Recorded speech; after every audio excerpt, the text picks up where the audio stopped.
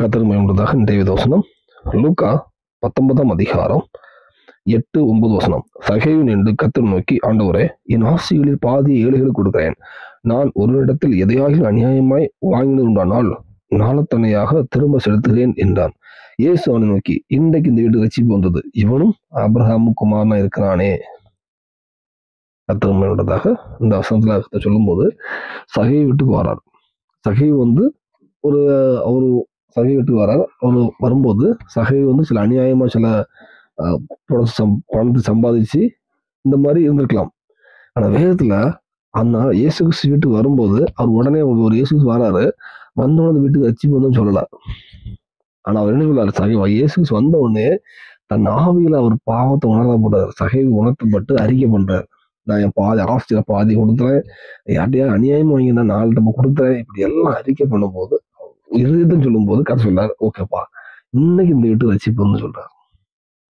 இந்த வேளையில நம்ம வீட்டுக்கு அநேக பிரச்சனைகள், சமாதானம் இல்லை, பிரச்சனை, வியாதின்னு இருப்போம். ஆனா நம்ம இயேசு கிறிஸ்து வந்தாலும் அவர் என்ன காரியம் நம்ம ஏதாவது காரியங்கள் அவன் அன்னைக்கு சகையும் அநியாயத்தை தூக்கி போட அநியாயம் வாங்கினா இத்தனை மடங்கு கொடுத்துறேன், அநியாயத்துக்கு ஒரு முட்டுப்புள்ளி வைக்கிறாரு, அநியாயத்துக்கு ஒரு எண்டு வைக்கிறாரு, வச்சுட்டு பழச எல்லாம் சரி பண்ணிடுறேன்னு சொல்றாரு. அப்படி உண்மையா அறிக்கை பண்ணும்போது கர்த்தர் ரட்சிப்பு கொடுக்குறாரு. ஆனா இயேசு கிறிஸ்து வரும்போது தான் அவருக்கு அந்த பாவ உணர்வே வந்துச்சு. நம்ம பாவிங்கிற உணர்வு அப்பதான் வருது. இந்த வேளையில நம்ம வாழ்க்கையை நம்ம கர்த்தருக்கு அர்ப்பணிப்போம். நமக்குள்ள இயேசு கிறிஸ்து வர்றதுக்கு இடம் கொடுப்போம். நம்ம இருதயத்துல இயேசு கிறிஸ்து வரும் பொழுதுதான் இப்ப நம்ம நினைச்சிட்டு இருப்போம், நம்ம கரெக்டாக சர்ச்சைக்கு போறோம், நம்மளால பரிசுத்தமா வாழ்றோம், பரலோகத்துக்கு போயிடுவோம். ஆனா உண்மையா இயேசு கிறிஸ்து இருதயத்துக்கு வரும்போதுதான் உங்கள்ட்ட என்னென்ன பாவங்கள் இருக்குன்னு கர்த்தர் வெளிப்படுத்துவார். பாவங்கள் உணர்த்தப்படும். இப்போ இருதயம் உணர்த்தப்படாது. இப்ப நம்ம சரியா போயிட்டு நினைச்சிட்டு இருப்போம். தன் பாவத்தை உணர்றதே கர்த்தரோட கிருபை, கர்த்தர் வந்தாதான் உணரும். அந்த பாவம் உணரும் போது அதை அறிக்கையிட்டு விடும் பொழுதுதான், அந்த பாவத்துக்கு எண்டு வைக்கும் போதுதான் வேதத்துக்கு ஆசீர்வாதம் வருது. இந்த வீட்டுக்கு வச்சு நீங்க என்னைக்கு அறிக்கை பண்றீங்களோ, இயேசு கிறிஸ்து நீங்க அதை உண்மையா இருந்து பரிசுத்தமா அநியாயத்துக்கு ஒரு எண்டு வச்சுட்டு ஆண்டவரேன்னு பார்க்கும்போது உங்க வீட்டுக்கு இயேசு கிறிஸ்து இதயத்துக்கு வராது. அப்பதான் இந்த வீட்டு ரசிப்பு வந்தது.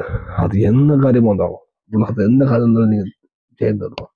இந்த வீட்டு ரசிப்பு நீங்க ஆபிரகாமுக்கு பிள்ளை, ஆபிரகாமின் எதுன்னு சொன்னா இவன் ஆபிரகாமுக்கு குமாரனா இருக்க, நீங்களும் ஆபிரகாம் சந்நிதி அப்பந்தான் வரீங்க. இந்த வேலையில ஒரு விஷயம் நம்ம அர்ப்பணிப்போம், ஆண்டவரேன்னு கேட்போம்.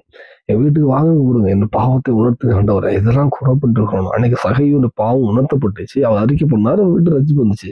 இன்னைக்கு எங்க வீட்டுக்கு வாங்கப்பா, என்னுடைய பாவத்தை உணர்த்துங்க ஆண்டவரேன்னு கத்தணும் கேளுங்க. கண்டிப்பாக உங்க பாவங்கள் உணர்த்தப்படும். அதை அறிக்கை பண்ணுங்க, பரிசுத்தமா வாழுங்க, அநியாயத்துக்கு முட்டுப்பிள்ளைப்போம்.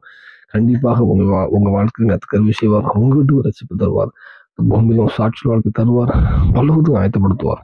அநேக ஜனங்களை ஆயத்தப்படுத்தவும் உங்களை பயன்படுத்துவார். அது அர்ப்பணிப்போம். தேவன் கிருபை செய்வாராக. ஆமென்.